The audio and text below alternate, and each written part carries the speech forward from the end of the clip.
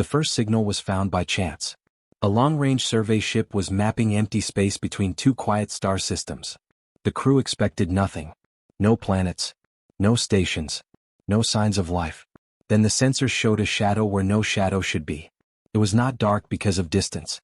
It was dark because it blocked light itself. The ship moved closer, slow and careful. As the image grew clear, the crew fell silent. Floating in open space was a massive ring. It was larger than any human station, larger than some moons. The ring was smooth and old, with no marks of damage.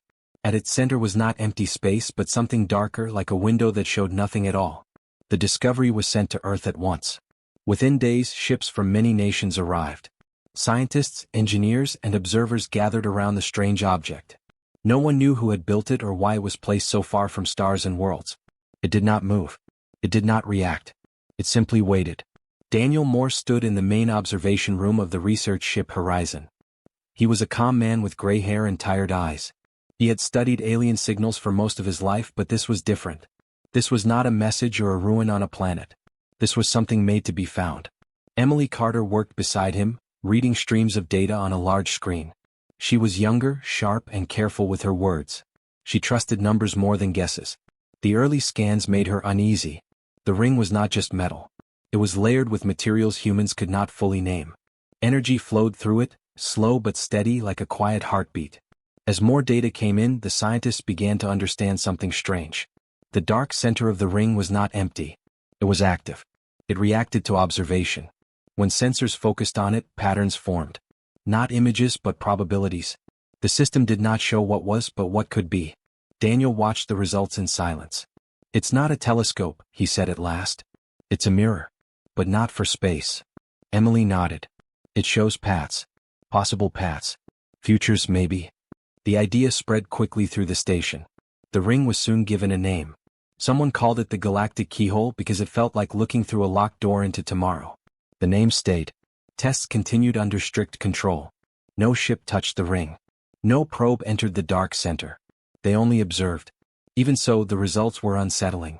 When scientists asked simple questions, the keyhole responded with changing outcomes. A ship might arrive safely.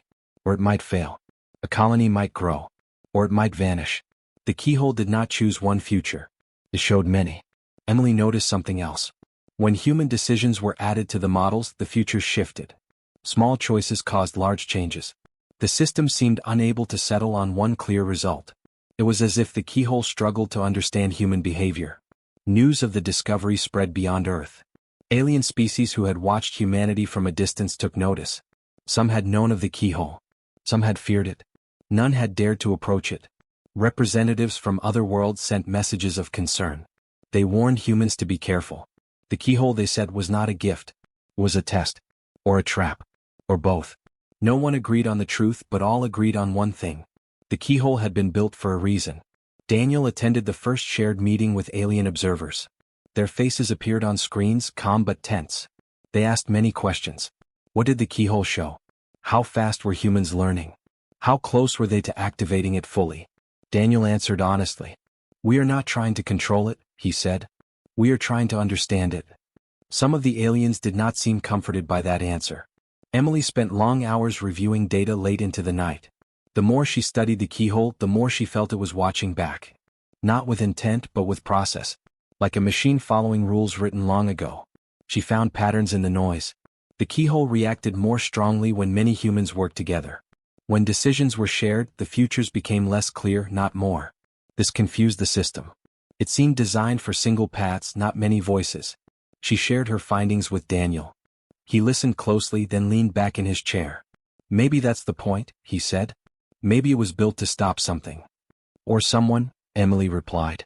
The question hung between them. Outside the observation window, the massive ring turned slowly, silent and patient. It had waited for ages beyond counting. Now humans stood before it, asking questions it had not heard in a long time. Alien ships remained at a distance, watching. They did not move closer. They did not leave. Their silence was heavy with worry.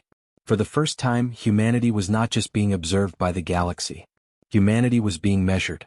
And no one, not human or alien, knew what would happen when the keyhole decided it had seen enough. The decision to activate the keyhole was not made quickly. Weeks passed with meetings, warnings, and long debates. In the end, humans agreed on strict limits. The keyhole would not be used to change events. It would only be observed. No commands would be given. No futures would be chosen. James Walker stood inside the control room when the activation began. He was an engineer, not a politician or scientist. He trusted systems, wires, and numbers. The keyhole made him uneasy because it did not behave like any system he knew.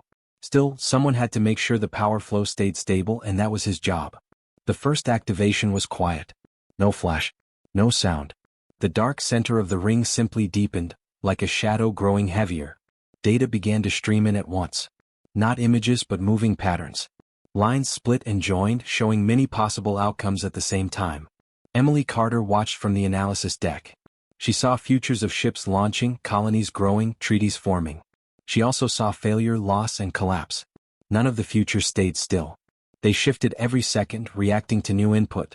Daniel Moore spoke softly to the room. Record everything. Do nothing else. At first, the futures matched expectations. When the team fed the keyhole simple data, the results were stable. A supply ship followed its path. A station repair finished on time. The futures shown were close to what later happened. Then the humans changed how they worked. Instead of following a single plan, teams began to discuss options openly. Engineers, pilots, and scientists shared ideas at the same time.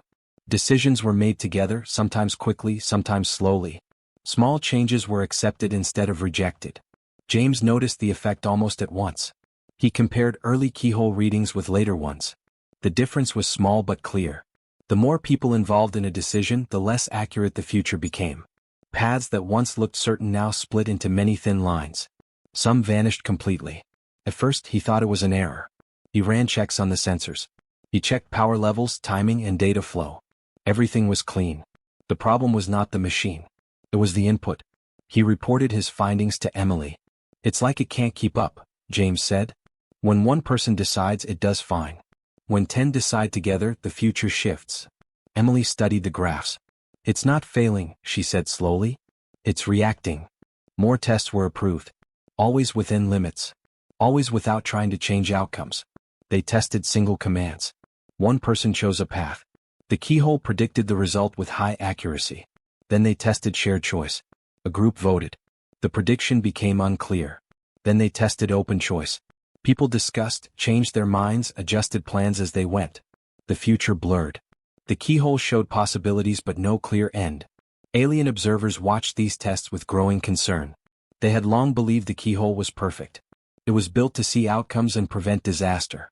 Their own societies were built on clear chains of command. One voice led. Others followed. Order created safety. Humans did not work that way. In private meetings, alien representatives spoke among themselves. They did not fear human weapons. Those could be measured.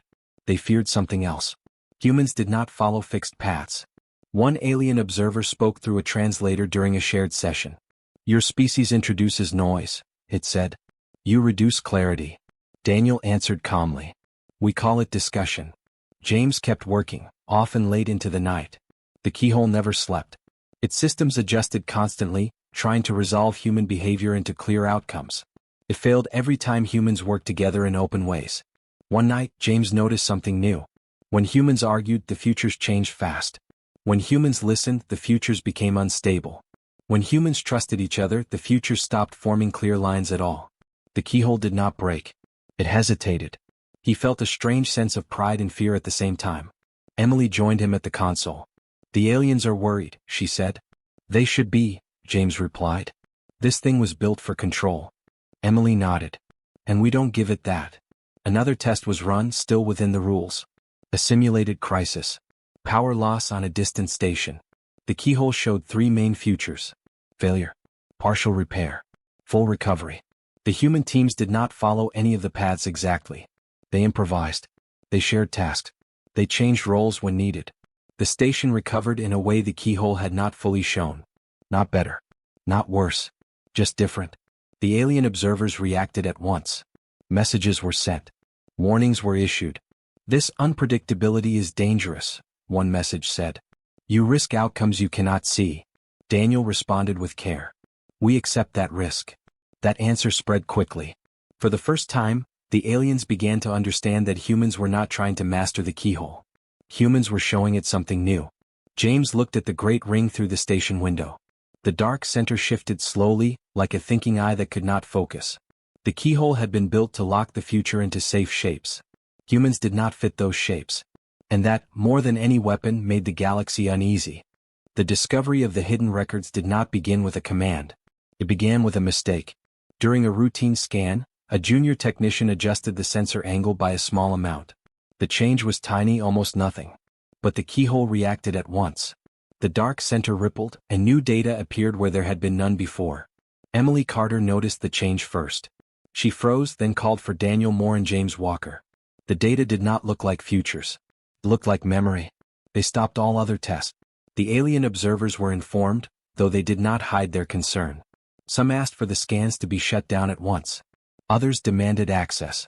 Humans chose to proceed carefully. As the data was decoded, shapes formed into symbols. Symbols became patterns. Patterns became language. Not spoken words but recorded thought. A message left behind. Laura Bennett arrived soon after. She was a diplomat trained to listen more than speak. Her role was to handle the alien response, but when she saw the data she knew it was something more than politics. The records were ancient. Older than most known civilizations.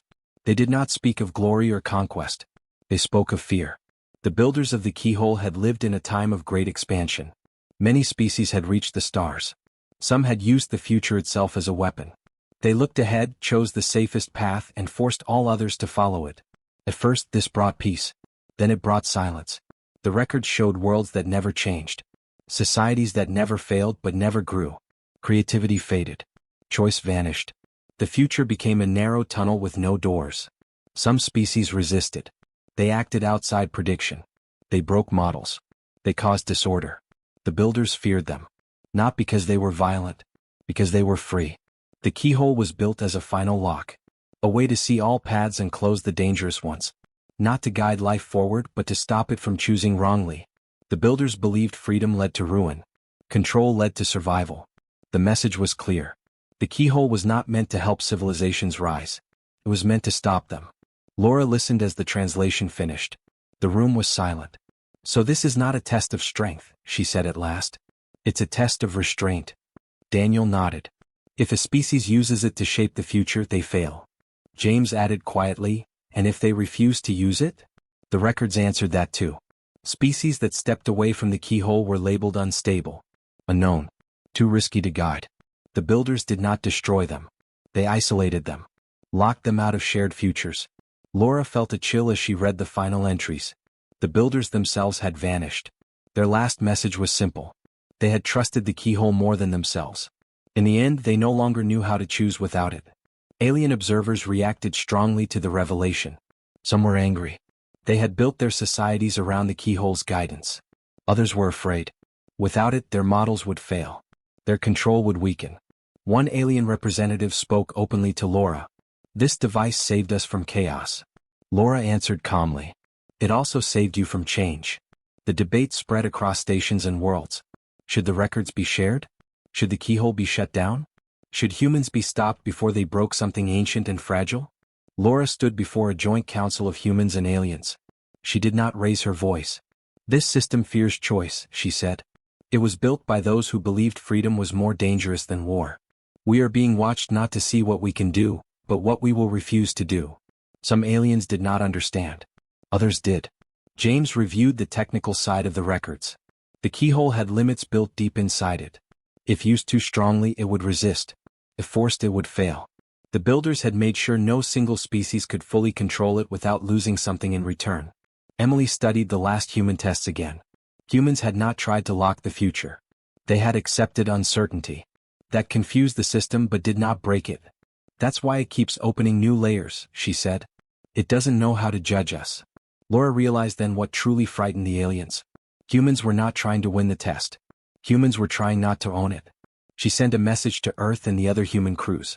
It was short and clear. This is not about power. It is about knowing when not to use it. The keyhole continued to unlock small pieces of its memory, as if responding to that idea. The more humans spoke of limits, the more the system revealed. Alien observers grew uneasy. Their fear was no longer hidden. A species that could walk away from control could not be guided, threatened, or predicted. Laura looked at the great ring one last time before leaving the chamber. It was quiet, unchanged, ancient beyond measure. The keyhole had been built to stop the future from becoming wild. Now it faced a species that believed the future should be allowed to choose itself. And for the first time since it was created, the keyhole did not know whether that was a failure or a success. The failure began without warning. One moment the station around the keyhole was stable. Power flowed evenly. Gravity held firm. The next moment, alarms sounded across every deck. Lights flickered. Data streams broke into noise. James Walker felt the change before he understood it. The vibration under his feet was wrong. Not strong but uneven. He checked his console and saw power levels dropping in one sector while rising too fast in another. "This isn't a normal fault," he said over the open channel. Emily Carter was already pulling up system maps. "The keyhole is reacting," she said. "It's drawing energy from the station." The dark center of the ring pulsed, slow and deep. The ancient system had unlocked too many layers at once. It was not attacking. It was correcting itself. That correction was tearing the station apart. In the command center there was no clear answer. No button to press. No order that could solve everything. The systems were too complex. Too many failures were happening at the same time. Some alien observers urged immediate shutdown. Others demanded evacuation. Their voices overlapped, sharp with fear. Daniel Moore cut through the noise. "One at a time," he said. "We fix what we can reach." Pilots moved without waiting for full instructions. Small ships repositioned to stabilize the station's spin. They shared sensor data openly, adjusting paths as new problems appeared. Engineers split into teams not by rank but by need. Whoever understood a system best took the lead.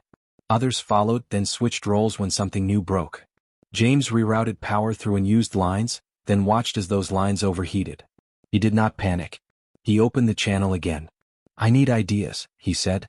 3 voices answered at once. A junior engineer suggested dumping excess energy into a cargo ring. A pilot offered to adjust position to reduce strain. Emily proposed slowing the keyhole's internal cycle instead of cutting it off. They tried all 3. Some attempts failed. Others worked for only seconds. But each failure taught them something new. They adapted fast, changing plans as they went. The keyhole responded in strange ways. Its internal readings jumped, then stalled. Futures that once flowed across the screens vanished completely. The system tried to predict the outcome of the crisis. It could not. Every time it showed a path, humans changed it by working together. When one solution failed, they did not stop. They shifted. They shared. They tried again. Alien observers watched in growing disbelief. Their models showed collapse. Evacuation. Loss. None of it matched what was happening. A pilot named Mark Hayes flew his ship close to a damaged section, steadying it with controlled thrust. He did not wait for approval. He trusted the engineers watching his feed. James coordinated with him in real time. "Hold there," he said. 5 more seconds. "Copy," Mark replied. "I can do 10. Emily found a way to slow the keyhole without shutting it down. She spoke calmly, explaining each step so others could follow or correct her. No one argued for control. They argued for clarity. The station shook again. A section lost gravity. Tools floated. People grabbed handholds and kept working. Daniel moved between teams, listening more than speaking. When 2 ideas clashed, he did not choose one. He asked what could be tested first. That question saved time. Slowly the systems began to stabilize. Not perfectly. Not cleanly. But enough. Power balanced. Heat dropped. The station stopped shaking. The keyhole dimmed. Its dark center became still. On the prediction screens there was nothing. No futures. No paths. Just blank space. Emily stared at it, breathless. "It's not broken," she said. "It just can't see this." James leaned back, exhausted. Because there was no plan to see. The station survived. Later, as repairs continued, the alien representatives demanded explanations. Their voices were tight with fear and confusion. "How did you coordinate without command?" one asked. Daniel answered simply. "We listened." The keyhole remained silent. The ancient system that had once mapped entire civilizations had failed to predict a room full of humans sharing ideas in a crisis. That failure was recorded deep inside its memory. For the first time since it was built, the keyhole had faced a future it could not lock, guide, or stop. And the station still stood. The choice was not made in a single meeting. After the failure, After the repairs, after the keyhole fell silent, humans and aliens spoke for many days. The station was stable again, but something had changed. The Great Ring no longer felt like a tool waiting to be used. It felt like a question that had already been answered. Emily Carter spent long hours walking the outer halls of the station. The view of the keyhole filled every window. It was still massive, still ancient, still powerful. But now it seemed quiet in a new way, like it was listening instead of speaking. Alien representatives argued among themselves. Some demanded the keyhole be reopened and controlled. Others wanted it destroyed. A few said it should remain untouched forever. Humans listened. Laura Bennett stood before the final council. Her voice was calm but firm. "This system was built to stop choice," she said. "It fears freedom. If we keep using it, we prove its builders right." One alien asked, "And if you abandon it, what then?" Laura answered, "Then we accept responsibility for our own future." The room was silent. James Walker spoke next, though he had not planned to. "We didn't survive the failure because the keyhole helped us," he said. "We survived because we worked together without knowing the outcome." Daniel Moore supported him. "If we keep looking ahead for perfect paths, we stop learning how to walk on uncertain ground." The Alien Council requested time. They reviewed their records, their laws, their fears. Deep inside the keyhole, a final process awakened. The ancient system updated its archive, not with predictions but with judgment. A new record formed. Humanity, turning point species. Reason, refusal to enforce control. Status, unlocked future. The message spread across networks faster than any warning before it. Some alien worlds were angry. Others were relieved. A few were inspired. For the first time in a long age, the galaxy faced a future without a lock. Humans prepared to leave the station. There was no celebration. No victory speeches. Just careful steps, careful sealing. The keyhole was not destroyed. It was closed, layer by layer, gently and with respect. Not as a prison but as a boundary. Emily helped oversee the final shutdown. She watched the energy fade, the dark center becoming still and empty. No futures flowed. No paths formed. The system accepted the seal without resistance. "It's done," James said softly. The last ships undocked one by one. The station lights dimmed. Systems powered down. The structure that had once been the center of galactic fear became quiet metal and shadow. Emily was on the final shuttle. As it pulled away, she looked back through the window. The galactic keyhole floated alone, silent and unchanged. It had been built to control tomorrow. Now it would simply exist, watching nothing. She felt no regret. The galaxy did not end. It did not fall into chaos. Trade resumed. Travel continued. Some worlds struggled without clear predictions. Others discovered new ways to decide. Stories spread of humans not as conquerors but as a strange example. A species that found a way to look into the future, and chose to stop. Alien scholars debated the meaning for years. Some called humans reckless. Others called them wise. But all agreed on one thing. The future could no longer be locked. As the shuttle jumped to faster space, Emily closed her eyes for a moment. She thought of the ring, the silence, and the long road ahead without clear answers. Humanity moved forward not because it knew what would happen, but because it accepted that it did not.